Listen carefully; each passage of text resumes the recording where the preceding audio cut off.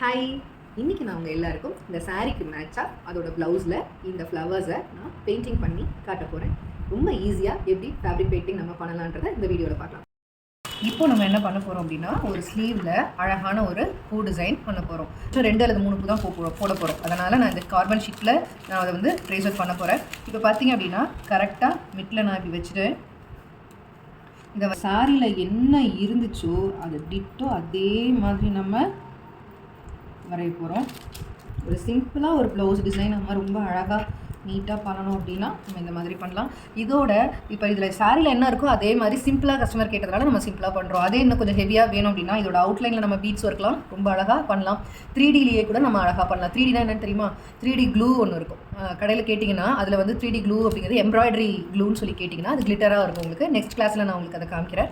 அந்த 3D க்ளூவை வச்சு நம்ம அவுட்லைன் அடித்தோம் அப்படின்னா ஜர்தோசி ஒர்க் மாதிரியே இருக்கும், ரொம்ப அழகாக இருக்கும். அதுவும் நான் நெக்ஸ்ட் கிளாஸில் உங்களுக்கு செஞ்சு காட்டுறேன். இப்போ இதை நம்ம வரைஞ்சாச்சு. இதை வரைஞ்சதும் நம்ம இதை எடுத்துட்டோம்னா உங்களுக்கு இதோட பிரிண்ட் எவ்வளோ அழகாக விழுந்துருக்கு பார்த்தீங்களா? ஸோ இப்படி அழகாக நம்ம இதை வரைஞ்சிக்கிட்டு பாருங்கள், சாரியில் இப்போ என்ன இருக்கோ இந்த பூவை தான் நம்ம இப்போ இங்கே ட்ரேஸ் அவுட் பண்ணியிருக்கோம். இதை நம்ம இப்போது பெயிண்டிங் பண்ணலாமா? இப்போது இந்த பாருங்கள், இந்த பிளாக்கையும் இந்த ரெட்டையும் இந்த ரெட் கலரையும் இந்த பிளாக்கையும் நான் மிக்ஸ் பண்ணி இந்த ஷேடில் நான் கொண்டு வந்துட்டேன். ரெட்டு நிறைய எடுத்துக்கிட்டேன் குவான்டிட்டி. பிளாக் வந்து லைட்டாக டச் பண்ணி தான் நான் இதை கொண்டு வந்திருக்கேன். இன்னுமே கூட நம்மளுக்கு ஒரு பாயிண்ட்டு கலர் வரலாம். ஸோ இன்னும் நான் ஒரு பாயிண்ட் அதிகமாக எடுத்துக்கிறேன்.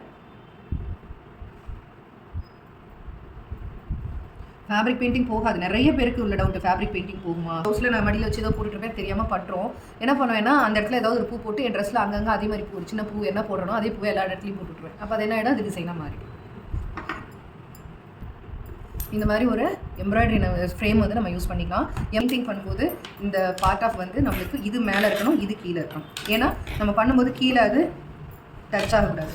ஓகே, இப்போது நம்ம இதை வந்து ஃப்ரேமை ஃபிக்ஸ் பண்ணலாம். ஃபிக்ஸ் பண்ணும்போது இதை கொஞ்சம் லூஸ் பண்ணணும். இந்த ஃப்ரேமை லூஸ் பண்ணிட்டு இதை அழகாக இப்படி ஃபிக்ஸ் பண்ணிவிடுங்க. இப்போ கீழே வந்து நம்மளுக்கு வராது எங்கேயுமே. இப்போது அதில் இருக்கிற மாதிரி நம்ம பெயிண்ட் பண்ணலாம். அதில் எப்படி இருக்குன்னு பார்த்தீங்களா? லைனாக வந்துருக்கு இல்லையா? அதுவும் பார்த்தீங்கன்னா மேலேருந்து லைன் வந்திருக்கு, கீழெல்லாம் கொஞ்சம் சின்னதாகவும் மேலெல்லாம் பெருசாக வந்துருக்கு. ஸோ நம்ம மேலேருந்து ஸ்டார்ட் பண்ணலாம். இதே மாதிரி நம்ம இன்னொரு ஸ்லீவ்லேயும் போட்டுட்டு முதுகுலையும் போட்டுட்டு ப்ளவுஸை ஸ்டிச் பண்ணி கம்ப்ளீட் பண்ணிடலாம்.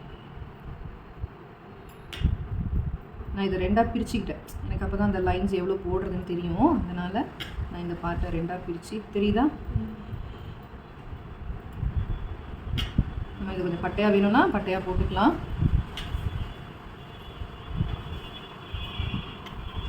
இன்னும் பெரிய கஷ்டம்னா இல்லை, பேசிக்காக நம்மளுக்கு ப்ரஷ்ஷோட அந்த பிடிச்சிட்டு அந்த லைன்ஸ் போட தெரிஞ்சிருக்கணும், அவ்வளோதான். ஸோ நம்ம ரஃப் கிளாத்தில் என்ன பண்ணலாம், இந்த மாதிரி சும்மா ஒரு கட்டமோ வட்டமோ ரவுண்டாக பண்ணிவிட்டு அதுக்குள்ளே நம்ம லைன்ஸ் இந்த மாதிரி ஃபஸ்ட்டு போட்டு ட்ரை பண்ணலாம்.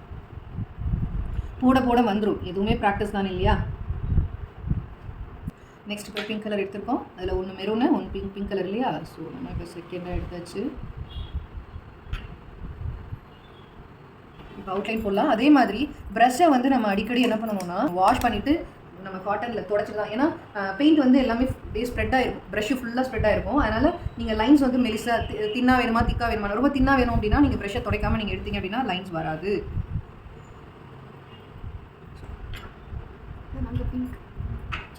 அங்கே பிங்க் அவுட்லைன் இருக்குது.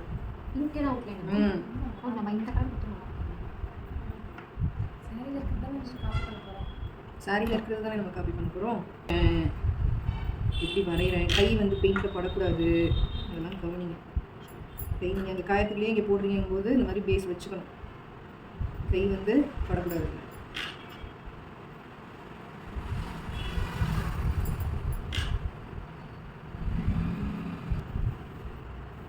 நம்ம இந்த ப்ளவுஸ் இந்த மாதிரி பெயிண்டிங் வந்து ஸ்டிச் பண்ணிவிட்டும் போடலாம்.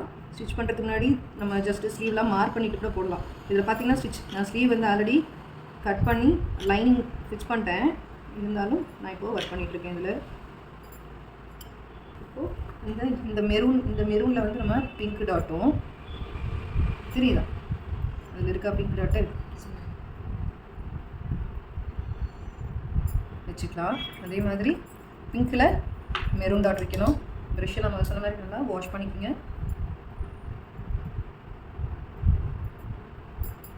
எப்போவுமே அதே மாதிரி பெயிண்ட் நம்ம பண்ணுறோன்னா ஃபஸ்ட்டே நம்ம ட்ராயிங்ஸ் எல்லாம் சூஸ் பண்ணி வரைஞ்சி முடிச்சுட்டு அதுக்கப்புறம் மிக்ஸ் பண்ணிங்கன்னா பெயிண்ட் வேஸ்ட் ஆகாது. இப்போ நம்ம கிளாஸ் எடுக்கிறதுனால டக்குன்னு எடுத்துட்டோம். இப்போ இதில் ரிமூவ் பண்ணிவிட்டு ட்ரை ஆனதும் ஸ்டிச் பண்ணி நல்லா ட்ரை ஆனதும் ரிவர்ஸில் ஒரு தடவை அயன் பண்ணிட்டோம்னா வேறு செஞ்சு